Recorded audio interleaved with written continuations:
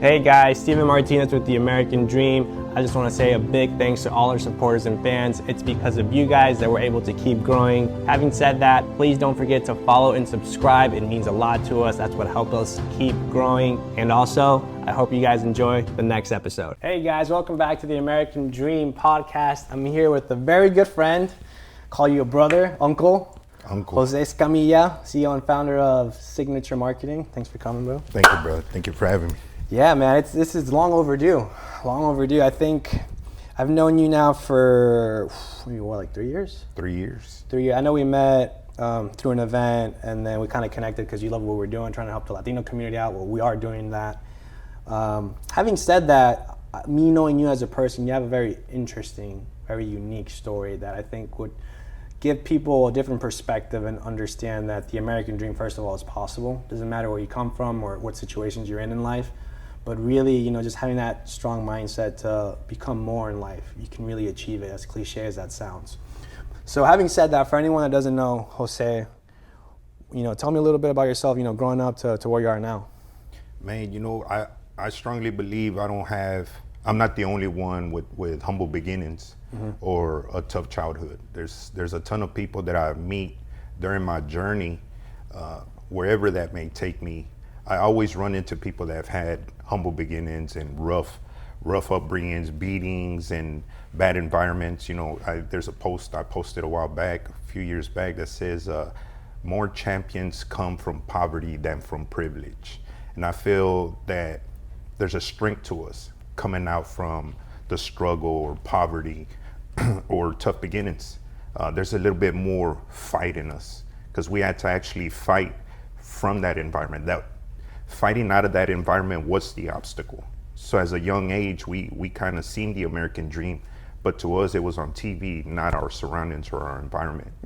So when we come out of that environment, win that obstacle, there ain't nothing else that we can achieve once we get the main obstacle is getting out of that environment or those kind of influences growing up. I grew up in gangs, went to TYC, Texas Youth Commission, for capital attempted murder for as a juvenile. I was 14, went in there, got out when I was 16, and it just continued down that path because I still didn't have guidance or a mentor or somebody to show me the American dream is possible.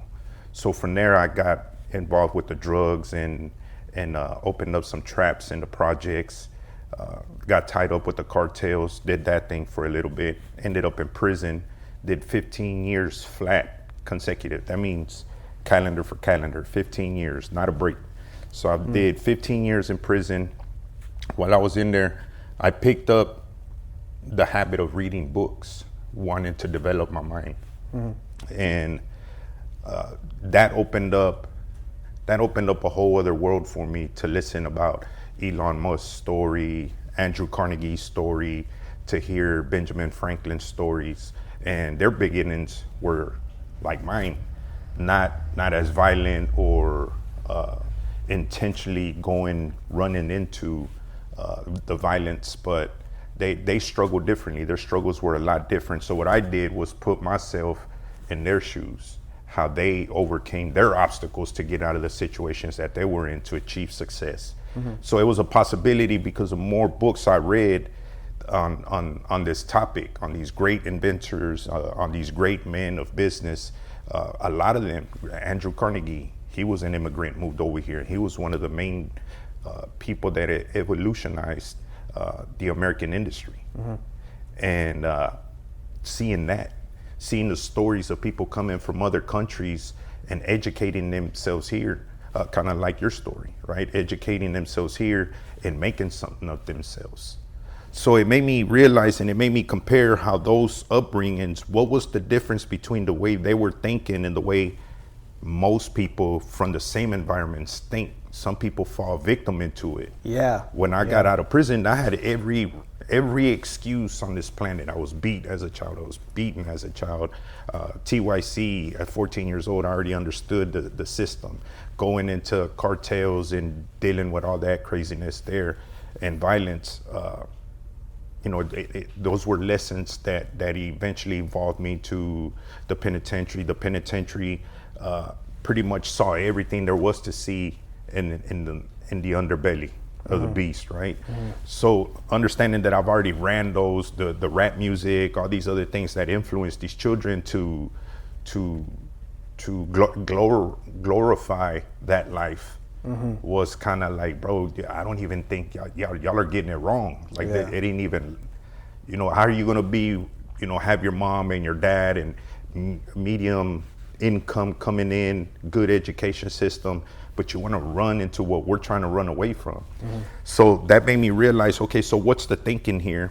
And I adopted pretty much all the mentors that I've read through these 15 years in books, thousands of books. There's probably not a subject out there that I can't cover or some way speak on it. How many books do you think you read? Man, hundreds. Wow. Hundreds. I don't even want to say thousands, but I want to say hundreds of books on education, philosophy, psychology, preparing my mind for the things I didn't understand. Yeah. Going into these books with the 5th grade reading level, and pretty much right now I could read like a scholar. I make my money off of words now as a copywriter. I could take somebody's email campaigns, twist them up and around and make them take action through my emails. I can sell through my emails. And I think that had a lot to do also with the level of reading that I challenged myself to. So to kind of sum it all up, I decided to quit asking for a $10 answer with a 2-cent prayer, if that makes sense, right? Yeah. If you want something great, you got to do, greatness is on the other side of work that you haven't done yet, right? And it's uncomfortable and it wasn't cool for us growing up to study, but smart people always led the way. So even as a young person, being little in stature, I'm a little bit bigger now, I'm older, but when I was younger, I was the skinny little kid. So I had to understand and face my fears that, okay, I wasn't the biggest kid on the block. I wasn't the most violent kid on the block, but I eventually evolved to those things because I knew from a defense mechanism, I needed to defend myself out here on the streets. I even learned how to recruit at 16 years old. Even if you have a pistol, if you're hand-to-hand combat selling crack to adults, the laws of physics ain't gonna allow you to beat 3 or 4 of these dudes as strong as they are, and I'm 16 years old, I'm a little kid, right? So I started learning how to recruit people, had to find out how to sell them into watching my back without also taking advantage of me. So I learned how to recruit the older dudes from the neighborhoods to watch over us with the guns on the roofs and all this to make sure that we were all right while we were slinging. And that just fed more people. And the more people I fed, the more people wanted to come work for me. Started changing things around that way at 16. So I took that into management. As in the cartels, they teach you how to manage, they teach you logistics, they teach you accounting, they teach you violence, they teach you how to negotiate. It's a proper business at that point. Oh, it's a proper business, yes indeed. And so no matter what stage I was in my life, there was a lot of lessons that I took up on, and it takes self-reflection, understanding the number one thing I think most men have a trouble with doing is reflecting on their own weaknesses. And if you don't understand your own weaknesses, you'll never figure out how to overcome them. So when I was young, I knew physically I wasn't the person to fully protect myself if somebody wanted to take my stuff, right? So I had to be smarter enough and not let that be a crutch, right? That's just another obstacle I got to jump over, but it's not a crutch. I didn't stop there. I figured out a solution to continue going. And I think that's what got me through is being able to understand, to do the work, educate myself, and apply it, right? I think that's the only difference between me and the people that continue to go back, right? They give up. Yeah. Gets a little bit too hard. So talk to me about, it's interesting too, because we've had many guests here come from, for example, Ryan Davis, he came from being homeless to being a multimillionaire. Paul Martindale also was a maximum security prison, and he's a multimillionaire, and he's a construction roofing side. But every entrepreneur, the objective obviously is the same. They're all very successful, but it all comes down to mindset. But then the mindset comes down to childhood. So take me through, I guess, that childhood. You know, how was it when you were a kid? Was there a mother, father figure? Was it just you in the streets, or what was that? So I had my mom and my dad, but it was the kind of household where dad would beat mom, and dad would beat us, right? And then I'm my dad's second family. I'm the oldest of his second family. So we had older cousins, and when I grew up, I guess they hated us.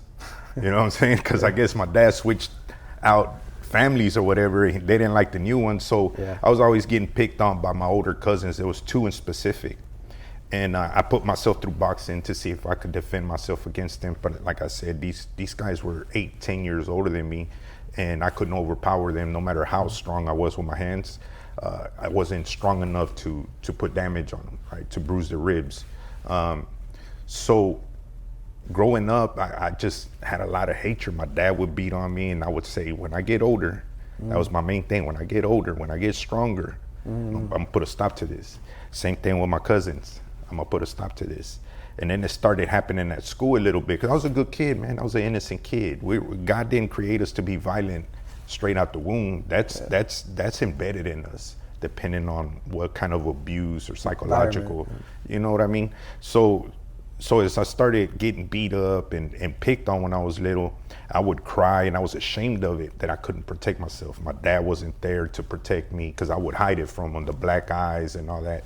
So I started boxing, then I started picking up a gun, and I pretty much chased my two bullies, my cousins, down an alley to my uncle's house, shot up my uncle's house, and my dad came up to me. I guess they called him, my cousin snitched on him, and snitched on me. So they call my dad. He gets to the house and he grabs me, slams me up against the wall, and he tells me, "Why are you shooting at my brother's house? Why are you shooting at your cousins?" And I was mad. I said, "Well, they beat me up too, man." And he looks at me and he says, "What the fuck is your problem?" I said, "Beat on me too." I said, "Since I was 5 years old, my cousins have been beating on me all these years, black eyes, broken nose, and you never did anything. The one time I stick up for myself, you want to get in my face and protect them too?" My dad just looked at me and was like, "Fuck, get in the truck. Where's the gun at?" Give him the gun. We go to their house. And as soon as he gets off, my uncles are out there, my cousins are out there, and he goes straight up, starts slapping my cousins around. And not because of what you think. He said, "My son took beatings from y'all for over 7 years and not one time snitched on him. Those black eyes he came home with, never said a word. The fucking noses that y'all broke on him, never said a word. The first time he sticks up for himself, y'all go and snitch on him. Y'all go call me. Y'all ready to call the cops. Y'all ready to just throw everything away. Y'all are pussies." And my uncles just looked at my cousins like, "Damn. That's what y'all built off of." This dude kept his mouth shut, got tired of it, finally stuck up for himself, and this is how y'all react. When he took it in silence, y'all can't. And the whole thing there is, it developed into adulthood, where I just hate bullies, bro. Every bully that I've ran into in school or in prison or even out here, I've always made my way to bump into some of these people to humble them. Some people just don't know. There's a social media influencer out of California, pretty big dude with a beard. You could tell he takes a lot of steroids and stuff. Yeah. And I've heard that he's gotten on stages and pretty much has called men weak, and that he'll have sex with their wives right in front of them with a gun down their throats, and they wouldn't do anything. What? Well, yeah, seriously, man. So I get the opportunity and the pleasure to finally be in the same room with this guy. And I had another influencer who shared my opinion about the guy that most gangsters that have caused any amount of level of violence out in the streets, they don't go brag about it. We don't brag about that stuff. And the person who does brag about it is living a facade. He's living in his own imagination. And some people tend to over exaggerate it, right? Because in their eyes, oh, he's a badass, right? He's a badass. And so they glorify this guy, right? And it's more like people that wish they lived that life, that are attracted to that life. most of us that have lived that life don't want that life anymore. We want better. We know what that comes. Death comes, losses come, being away from your kids and loved ones for years at a time. That's not the game, right? So I walked up to the guy, didn't say anything, but in any prison environment you've been into, you understand when the atmosphere in a room changes. You'll just feel that something's going to happen. You start looking around because you feel it. There's just feelings. You build an intuition. You check the temperature in any room. You know if you're safe or not. And there's been times when everything looked normal in the prison cell, but you get that feeling, and within seconds it's jumping off. People are going around stabbing each other, whatever, right? Wow. So I walk in kind of aggressive. I shake everybody's hand. I look down at this dude because he's sitting down, so I'm standing over him. I look down at him. I said, "What's up?" He looks up and he's taking a little bit back, and I shake his hand and I pull it and I let him go around, shake everybody's hand, and he starts asking like, "Ooh, who's that? Who's that dude? Who's that dude?" Finally, I had the guy that was running the event come and tell me, "Hey, what'd you do to this dude?" I said, "I didn't do anything to him but shake his hand, but I pulled it so he looked at me in the eyes," and he put his head down, right? So I walked away. Anyways, the whole purpose of that is, the whole story of the purpose of that is that there's people out here glorifying that lifestyle that I strongly believe is misleading men in a direction for failure. You shouldn't, if you want to look a certain way, look that way because you want to, because it benefits your kids, because it benefits your lifestyle as a good human person, right? Yeah. But when you go around telling people you're gonna have sex with their wives right in front of them with a gun in their mouth, and they ain't gonna do nothing, now you're just being a bully, right? And you can look at it like I try to bully that dude. I didn't try to bully that dude. I was kind of like checking his temperature to see if he was really what he said he is, right? Because a maniac that says things like that and does behave like that we got to keep an eye on him. If he's going around raping women in front of their wives, right? Yeah. That's something to check. But, people glorify that life, man. And I honestly, everybody from the hood that sees my social media, people I was incarcerated with in the past, see me on social media, man, they tip their hats off to me and tell me, hey, congratulations. They don't hate. They're not looking at me saying, fuck that dude, he made it, he thinks he's bad. I took a lot of work at educating myself. I had a friend who invested over 150 in my education. I spent another 150 with coaches and mentors and events like the American Dream. I've invested in myself. It took a lot of work. It took changing one life for another, right? So getting rid of that life for this one. And I'm very transparent about it, right? And I'm transparent about it because you can't tell. I could be in the hood tomorrow, shooting dice in the projects and shooting the shit in there, and be in a boardroom with 20 millionaires as I'm running the meeting. Adaptability. You see what just like Bruce Lee says, man, be like water. We got to evolve. And that's what life is. We evolve in these stages.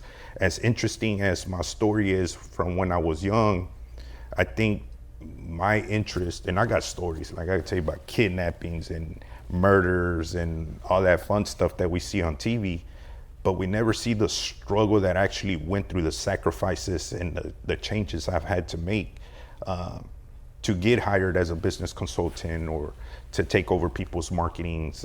I've turned down, in the past 2 months, I've turned down 3 COO positions for, corporate positions, and I'm not feeling that right now. So there's some other opportunities out there for me now, and that's the great thing about educating yourself and wanting a difference is opportunities start coming to you. Abundance, believing in abundance.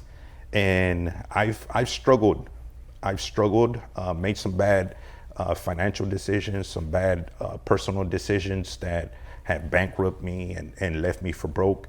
And those were very humbling moments for me, especially when I got people in my DMs hitting me up saying, man, you're our motivation, you're our strength, keep going. keep going, don't let us down. And I'm like, fuck. You know, so I don't got room to bitch and complain. I got a great support system around me, but I can only depend on them for so much. I got to do it on my own. You know what I'm saying? But it takes a village, man. I don't believe that anybody makes success on their own. They're just cheating the team that's around them, right? A general can't win a war with no army, right? And same thing with us, with some of our other friends, dear friends around us, even as a support system checkup. You know, you're having this great event coming up, and you've tripled your count, right? And you're like, it's just amazing to see where you started and where you're currently at now. And all we got to offer you is, how can we help? How can we best support you, right? Because you're asking for a $10 answer with a $10 prayer. You're doing the work, you're hustling, you're not letting distractions get in the way, you're not letting your upbringing or your past define how your actions are going to be moving forward. And the American dream is your dream. And that's why I'm sitting here today. I've always loved what you were doing. So again, yeah. I appreciate the kind words, bro. Kind of looking back and just hearing what you're saying, I think it's interesting to understand your childhood, right? And pretty much how essentially, you know, you're going through a tough situation. You have to stick up for yourself.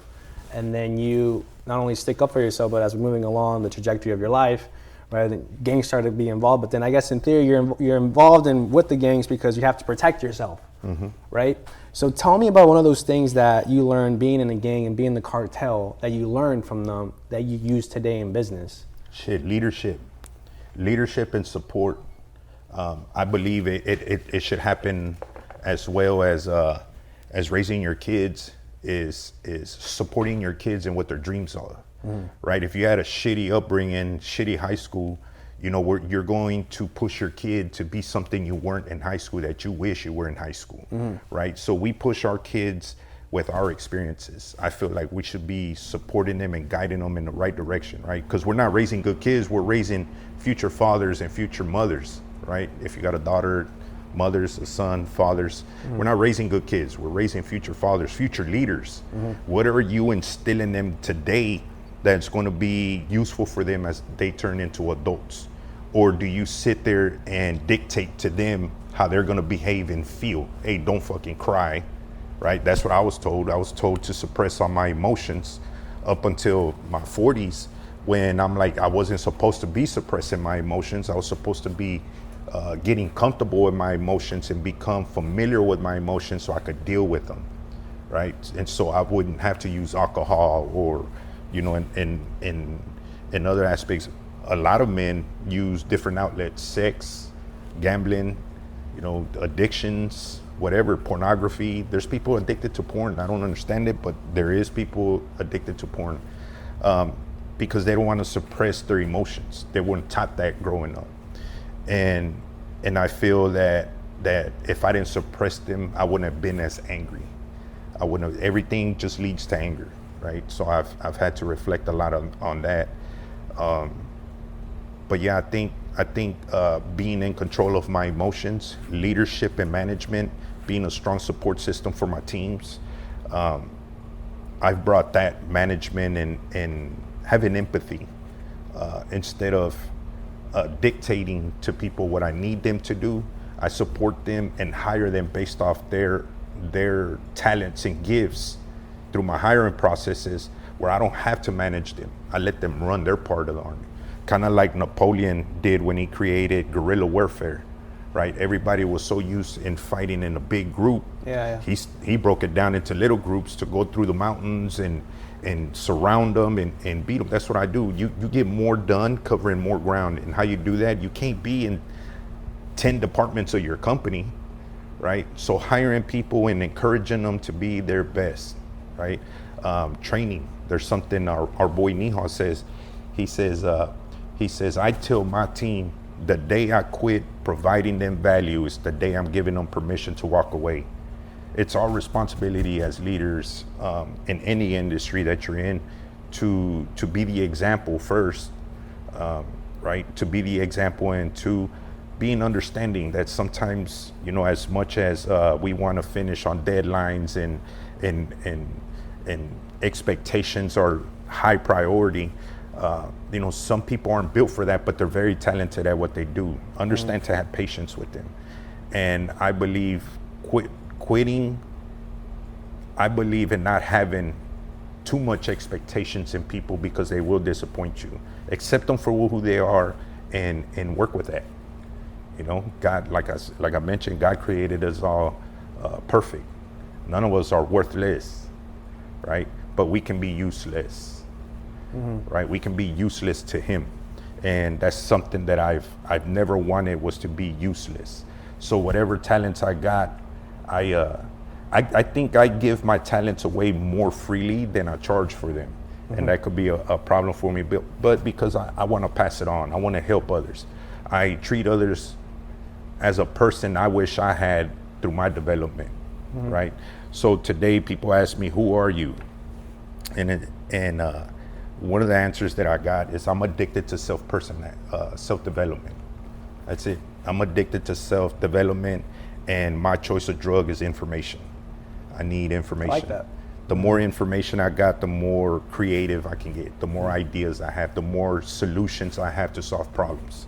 And that's all we really are as leaders. People are going to come to us for guidance or direction or help, right? I want to be at my best, no matter in what area of my life. I'm 40 something, right? I'm in my mid 40s, and I still box.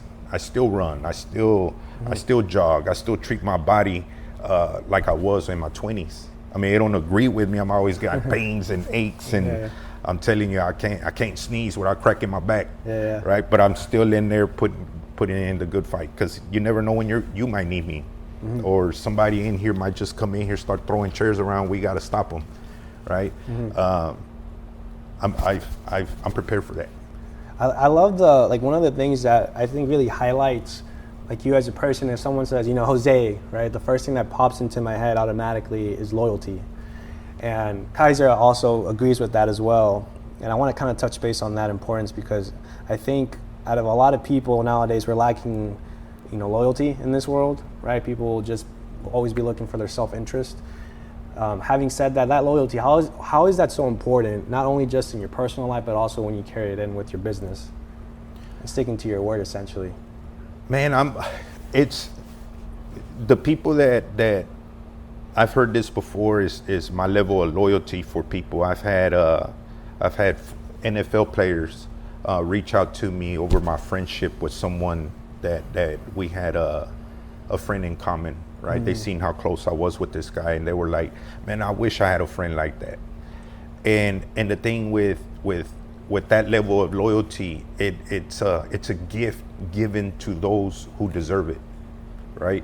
I've been loyal to people that have never been loyal in return to me. It broke my heart, right? It hurts. It hurts like true love breaking your heart. When you love someone, where you're loyal to them, you ride with them. I've had people call me at 2 a.m. Hey, can you pick me up off this club, man? I want to go home. I don't want to be here. I'll go over there, grab whatever I need to grab, call whoever I need to call, make my way in there, grab him, take him home, make sure he's safe, right? I'm that guy.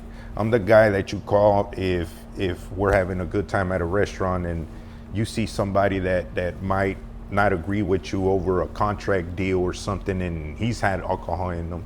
I'm that guy who's gonna step in first, right?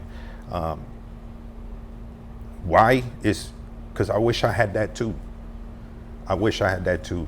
Some people that have broken my heart, you know, it's easy for me to say, you know what, all these people switched up on me. I ain't gonna fuck with nobody no more, right?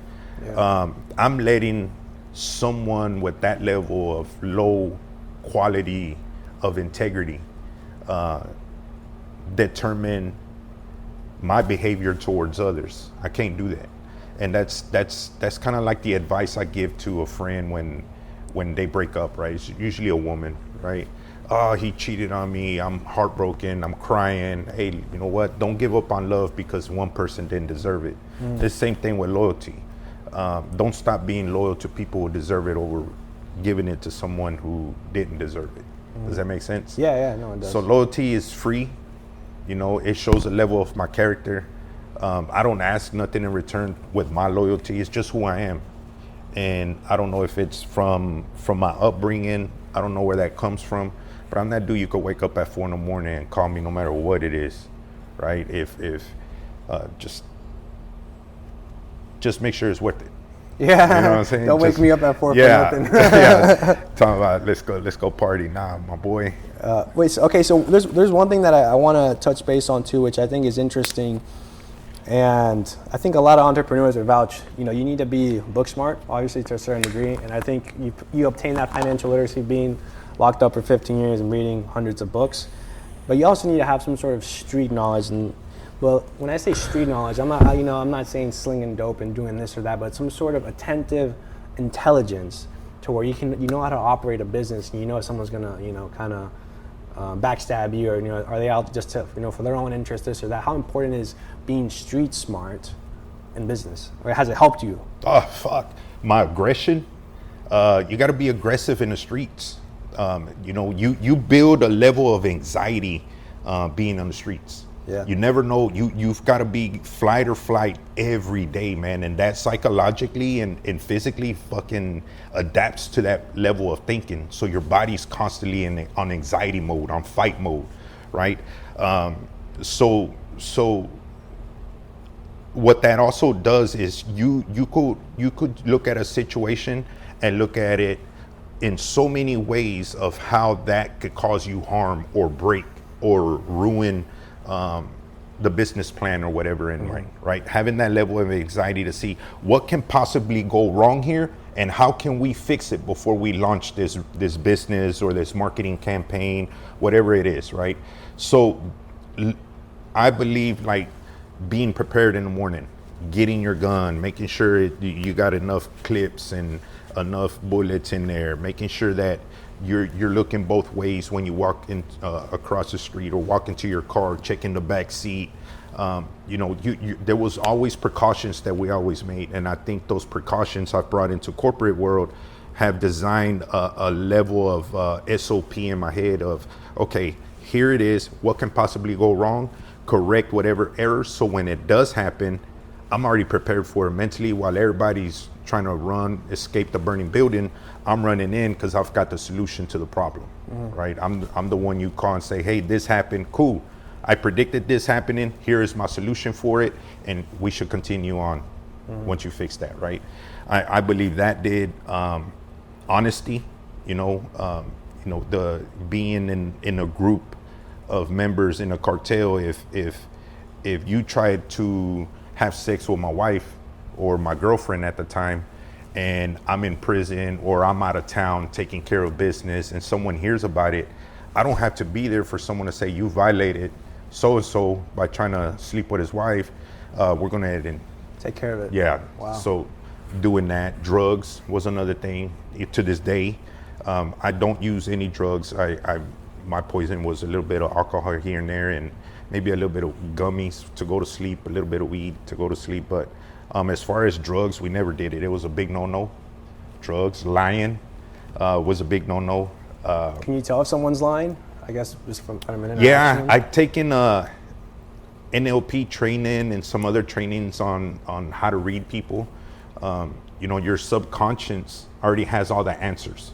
I can ask you a question right now and your subconscious will give me a very small hint of yes or no.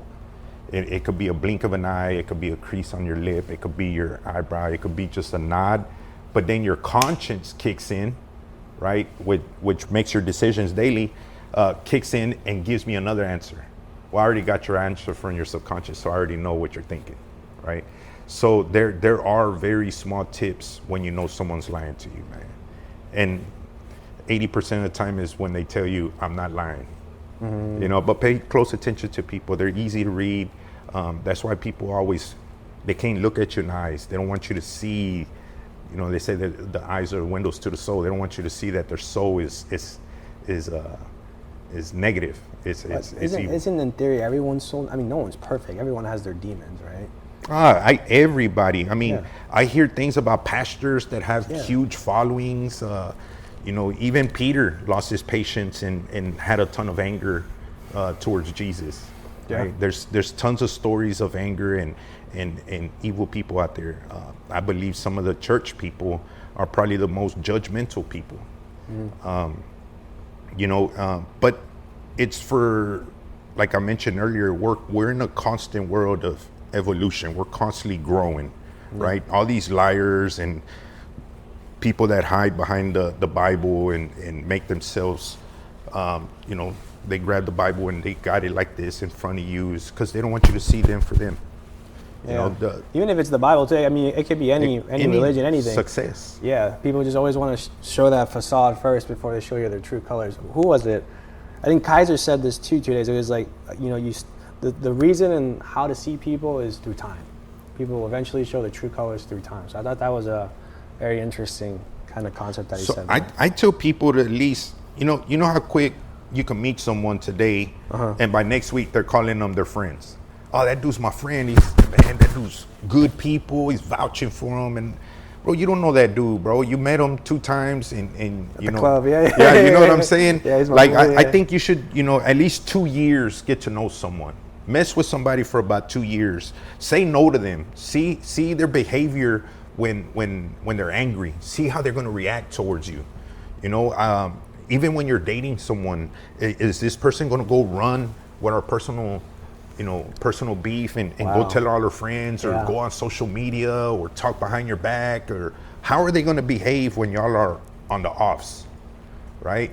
And that right there will determine what kind of person this person is. And 9 times out of 10, damn, I was wrong about that person. Give it some time, cook it in.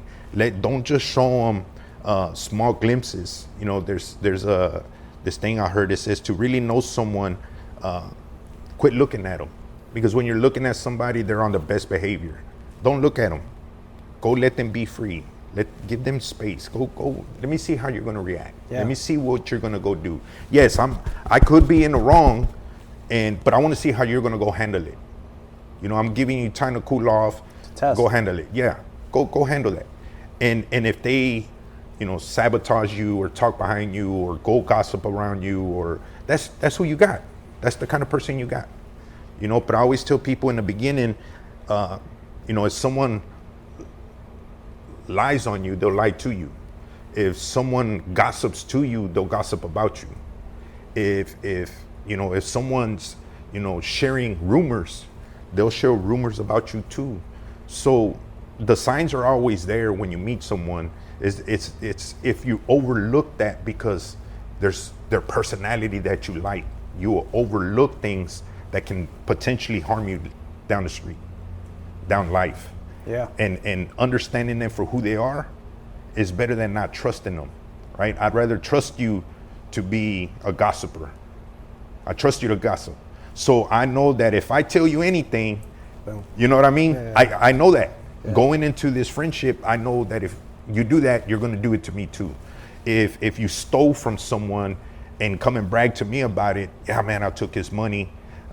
Shit, you'll do it to me. Facts. So I can't let you borrow $1 or leave money aside.